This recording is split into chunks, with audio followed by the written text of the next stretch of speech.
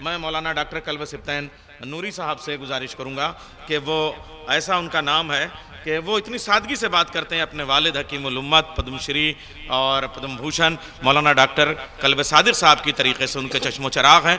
बच्चों, एक बार कल्ब सादिक साहब के नाम पे भी तालियां बजा दीजिए आप, ताकि कल्ब सिब्तैन नूरी साहब को मैं आवाज़ दूं। और वो वारिस हैं अपने उस पूरी शख्सियत के, उसकी आवाज़ में है सारे खदोखाल उसके, वो चहकता है तो हंसते हैं परोबाल उसके।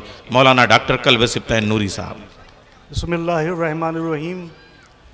यहाँ पर जो हज़रात हज़ारों की तादाद में माशाल्लाह आए हैं, मेरी इन सब के वसीले से, इन सब के माध्यम से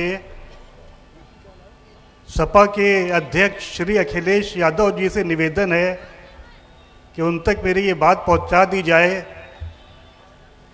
कि उनके मुखलिस, उनके सिंसियर और उनसे दिली मोहब्बत करने वाले मोहम्मद इबास साहब को बहुत बड़ी जिम्मेदारी दी जाए। बहुत अच्छी बात, बहुत अच्छी तजवीज़। क्योंकि देखिए, चापलूस तो बहुत होते हैं लेकिन मुखलिस लोग बहुत कम होते हैं। लेकिन ये इबास साहब मुलायम सिंह यादव जी के भी मुखलिस थे। अभी प्रेस क्लब में इन्होंने बहुत ही कामयाब जलसा किया था और वहाँ ये श्री मुलायम सिंह यादव जी को याद करके रोने लगे थे। हमेशा से इनकी वफादारी समाजवादी पार्टी के साथ है, तो ऐसे लोगों का हक है, ये बहुत करीब है अखिलेश यादव जी से, लेकिन ऐसे लोगों का हक है कि ऐसे वफादार और मुखलिस और सिंसियर लोगों को बड़ी से बड़ी जिम्मेदारी दी जाए। तो हम सब अपील करते हैं हज़ारों यहाँ मौजूद लोगों की उपस्थिति में कि मोहम्मद इबास साहब को बड़ी जिम्मेदारी दी जाए। जहाँ तक श्री मुलायम सिंह यादव जी का ताल्लुक़ है, बस 2-3 मिनट में मैं अपनी बात ख़त्म करूँगा कि वो ऐसा इंसान था, मैंने उनको करीब से देखा है, मैं बचपन से उनको देखता आ रहा हूँ, क्योंकि वो मेरे वालिद मौलाना डॉक्टर कल्ब सादिक साहब से बहुत ही मोहब्बत और बहुत ही अक़ीदत रखते थे। तो मैंने उनसे करीब को देखा, हालांकि मैं नेताओं से थोड़ा दूर रहता हूँ। तो मैंने देखा कि उनकी ये विशेषता थी, उनकी ये क्वालिटी थी, उनकी ये खसूसियत थी। एक गरीब से गरीब आदमी, एक पार्टी का कार्यकर्ता, उससे भी उसी तरीके से मिलते थे कि जैसे किसी बड़े नेता से मिलते थे।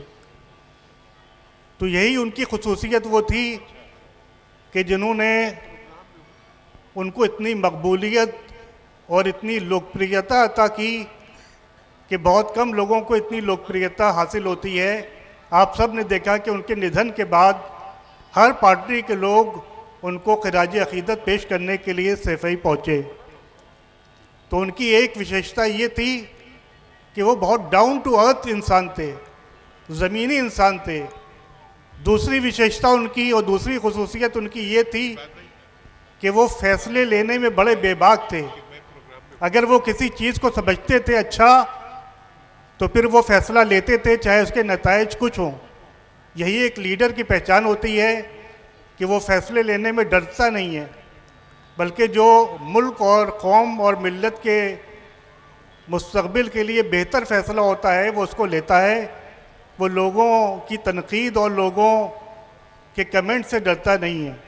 बस तीसरी बात ये कि श्री मुलायम सिंह यादव जी ने उलमा का जितना एहतराम किया है, मुझे नहीं लगता कि किसी और लीडर ने उलमा का इतना एहतराम किया हो। जो भी उनके पास जाता था आलिम, वो उसको एहतराम देते थे, इज्जत देते थे, उसकी बात सुनते थे और हत्तल इम्कान कोशिश करते थे कि अगर कोई उसका माकूल काम हो तो फ़ौरन उसको जो है वो पूरा किया जाए। यहाँ पर बस मैं एक मिसाल देकर अपनी बात ख़त्म करना चाहता हूँ। मेरे वालिद मोहतरम कल्ब सादिक साहब वो कॉलेज एक खोलना चाहते थे, ख़ास तौर से हमारी कम्युनिटी के लिए, मिल्लत के लिए। तो यहाँ पर एक प्लॉट पड़ा था, बहुत बड़ा प्लॉट, जिस पर साहूकारों की नज़रें थीं। तो वालिद मरहूम उनके पास गए और उन्होंने कहा कि मैं कॉलेज खोलना चाहता हूँ, मुझे आपसे फ़ंड की ज़रूरत नहीं है, बस आप ज़मीन दिलवाने में मेरी मदद करें। श्री मुलायम सिंह यादव ने ज़ाती दिलचस्पी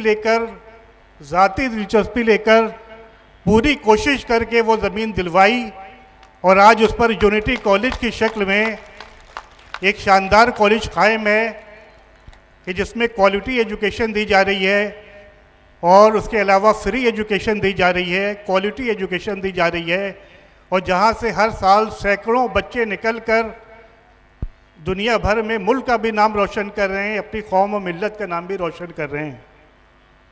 तो अगर मुसलमानों ने उनको चाहा, उनको वोट दिए और उनको अपना लीडर समझा, तो श्री मुलायम सिंह यादव जी ने भी मुसलमानों के साथ जितना किया है किसी और लीडर ने इतना नहीं किया है।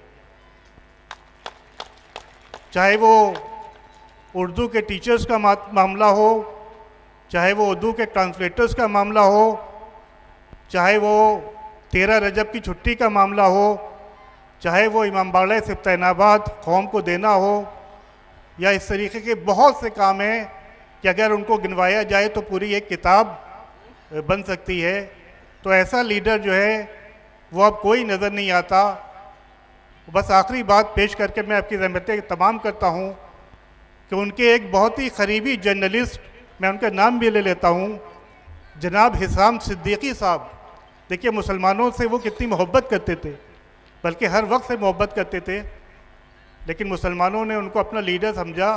तो जनाब हिसाम सिद्दीकी साहब बताते हैं कि जब बड़े बड़े हमारे हिंदू भाई उनसे मिलने आते थे, हिंदू शख्सियतें उनसे मिलने आती थीं, तो मुलायम सिंह यादव जी जाते वक्त उनसे कहते थे कि अपने क्षेत्र के मुसलमानों का बड़े भाई की तरह ख्याल रखना, अपने एरिए के मुसलमानों का बड़े भाई की तरह ख्याल रखना।